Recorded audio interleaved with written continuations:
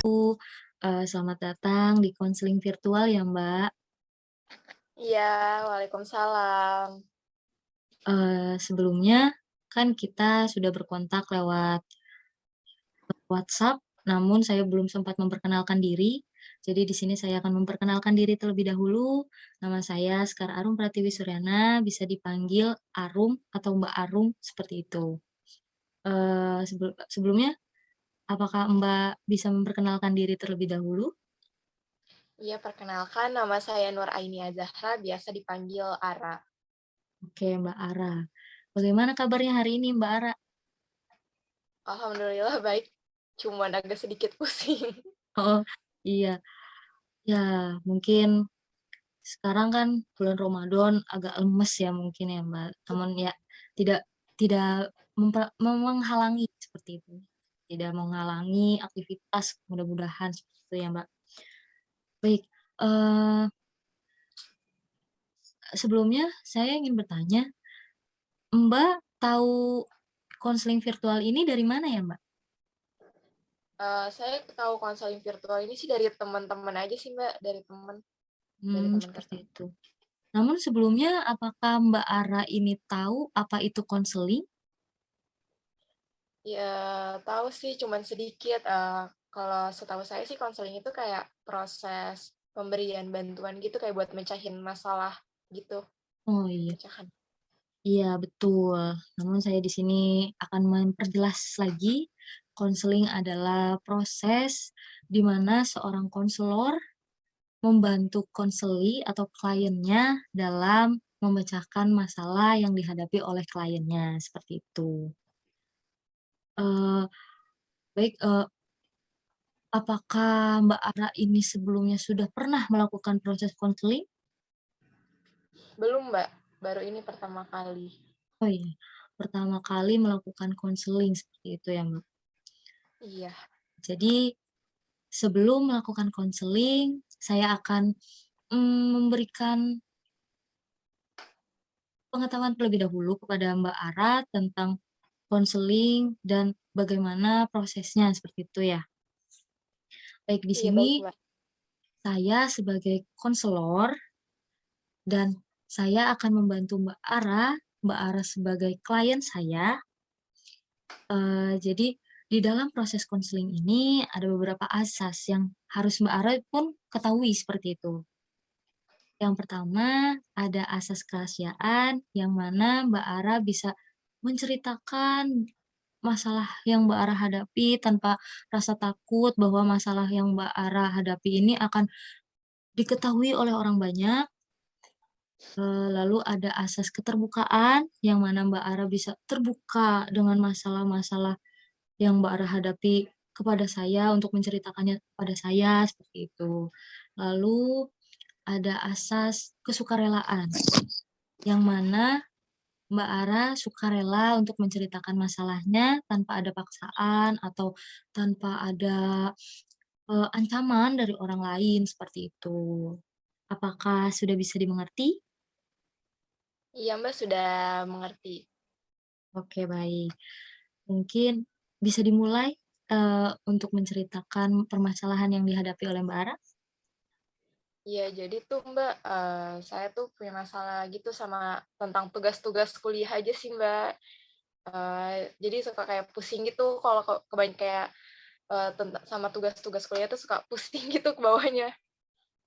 Iya, eee, pusingnya tuh karena sulit atau karena banyak? Sebenarnya sih tugasnya nggak banyak, Mbak, cuman kayak saya ngerasanya kayak terbebani aja sama tugas-tugasnya tersebut gitu, Mbak. Oh, apakah sebenarnya tugas ini tuh mudah atau tergolong mudah atau sulit, seperti itu? Sebenarnya sih ya gampang-gampang susah gitu, Mbak. Cuman kan emang saya kan lebih kayak saya sadarin sih saya emang kayak terpaku sama HP ya, jadi kayak, waktu-waktunya tuh lebih kebanyakan buat ke HP, jadi tugasnya tuh, bikin beban di saya tuh karena saya suka, "Ah, entar," gitu ngerjainnya gitu loh, Mbak. Oke. suka mengulur waktu seperti itu ya, Mbak, ya? Iya, sebelumnya apakah saya boleh tahu, eee, kegiatan Mbak Ara dari mulai bangun tidur sampai tidur lagi?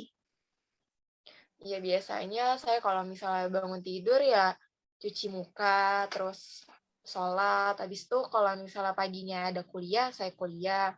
Terus ya sambil diselingin sama main HP sih, kayak scroll TikTok, IG gitu ya, anak muda biasanya gitu, Mbak, gitu. Oke, eee, Mbak Ara lebih sering meluangkan waktunya kepada hal yang seperti apa? Iya, ngulangin waktu biasanya ya ke HP lagi sih, ke gadget-gadget lagi ini ya, TikTok sih yang ini Oke, Mbak Ara sulit biasanya. untuk me-manage waktu seperti itu ya, Mbak, ya? Ya, Menurut Mbak Ara, eee, dengan Mbak Ara memprioritaskan untuk bermain gadget atau bermain sosial media, apakah menurut Mbak Ara tugas itu akan terselesaikan atau bisa membantu Mbak Ara atau bagaimana? tidak sih, Mbak, nggak menyelesaikan, malah jadi tugas-tugasnya yang saya inian jadi terbengkalai gitu, Mbak. Jadi terbengkalai, Mbak. Lalu bagaimana yang seharusnya Mbak Ara lakukan agar, eee, tugas yang Mbak Ara emban menjadi lebih ringan? Saya sih biasanya kalau misal ada tugas, yang saya lakuin tuh, seharusnya mengerjakan tugas itu terlebih dahulu sih, jadi nggak diulur-ulur waktunya. Jadi kerjain tugasnya dulu, sesuai waktunya gitu loh. Nggak, ah nanti," biasanya kan kayak gitu. Jadi saya harus mulai buat tepat waktu gitu buat ngerjain tugasnya, nggak diulur-ulur gitu. Terus baru kalau misalkan ada sela-sela waktu senggang gitu, baru bermain HP lagi gitu. Oke, jadi menurut Mbak Ara itu yang seharusnya harus mengerjakan, eee, terlebih dahulu, prioritaskan tugas terlebih dahulu dibanding bermain gadget seperti itu ya, Mbak? Iya, Oke, baik. Jadi, saya, eee, mendukung untuk perubahan Mbak Ara ke yang lebih baik. Ya mungkin memang, dalam perubahan besar itu tidak tidak bisa cepat ya, Mbak, ya. Mungkin iya, dimulai dari kebiasaan-kebiasaan kecil yang pemanajemen waktu itu lebih teratur seperti itu. Mungkin Mbak lebih, menata lagi waktu-waktunya seperti itu, seperti waktu belajar, waktu bermain, seperti itu ya, Mbak. Eee, untuk ke depannya, eee, apa yang akan Mbak Ara ini lakukan? iya, saya berusaha untuk me-manage waktunya dengan baik lagi gitu, biar tugas-tugas saya ini juga nggak terbengkalai, jadi sayanya nggak pusing juga. Terus kalau, bermain HP juga ingat waktu gitu. Pokoknya di waktunya tuh bisa mengatur waktunya tuh dengan baik lagi. Iya. Ya, mudah-mudahan, eee, saya mendukung untuk perubahan Mbak Ara ke depannya seperti itu. Semoga Mbak Ara bisa, amanah dalam menjalankan perubahan yang lebih baik lagi, seperti itu. Eee, apakah ada hal yang ingin disampaikan lagi? Saya rasa sudah cukup, Mbak, itu aja. Makasih banyak ya, Mbak, udah meluangkan waktunya, udah mendengarkan keluh kesah saya. Baik, sama-sama Mbak Ara, ya itu kan memang sudah tugas saya sebagai seorang konselor untuk membantu, menyelesaikan permasalahan pada Mbak Ara seperti itu.